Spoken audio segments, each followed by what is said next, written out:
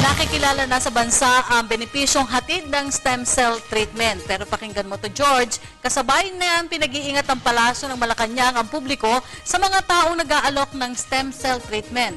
Ayon dito, upang hindi na makapagbiktima pa ang may peking treatment, maglalabas ng kaukulang kautusan ng Department of Health na magsisilbing gabay sa pagsasagawa ng stem cell treatment. Naritong report ni Elena Luna.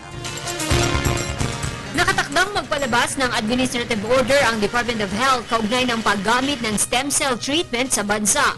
Inihayag ito ng palasyo kasunod ng mga napapaulat na may mga nagkalat na peking treatment sa bansa. Ayon sa palasyo, ospital at hindi individual ang binibigyan ng DOH ng accreditation sa ganitong uri ng paggamot.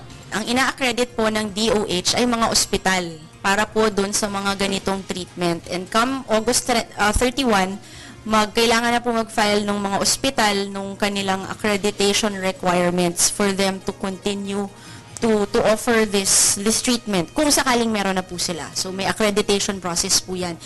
Ulitin po natin, yung ospital po yung ina-accredit, hindi po yung doktor, hindi po individual. Stand-alone clinic po, hindi po yan pwedeng magpa-accredit sa DOH. So yun po yung isang warning natin doon sa ating mga kababayan. Nanawagan ng palasyo sa publiko na huwag magpaloko. Isa pa pong interesting point mula po sa DOH, yung stem cell treatment daw po is geared for a certain purpose.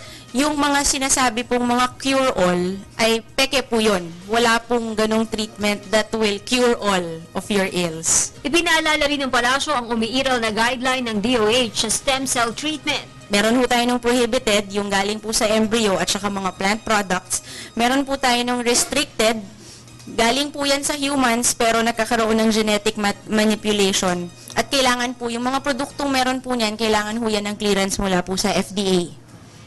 At yung mga allowed naman po, yung stem cells na galing sa humans, from the individual himself who is to be treated, the patient, or from donors. Sakaling may makitang paglabag sa mga guidelines na ito, hinihikayat ng palasyo ang publiko na magsumbong sa DOH. Pag meron po kayong mga nakitang tingin nyo yung lumalabag, i-report po natin sa DOH kasi pwede po silang ipasara or pwede pong masuspindi yung lisensya ng any medical practitioner na nag-e-engage sa mga pinapagbawal po ng Department of Health pagdating po dito sa stem cell treatment. Para sa Telebisyon ng Bayan, Elena Luna.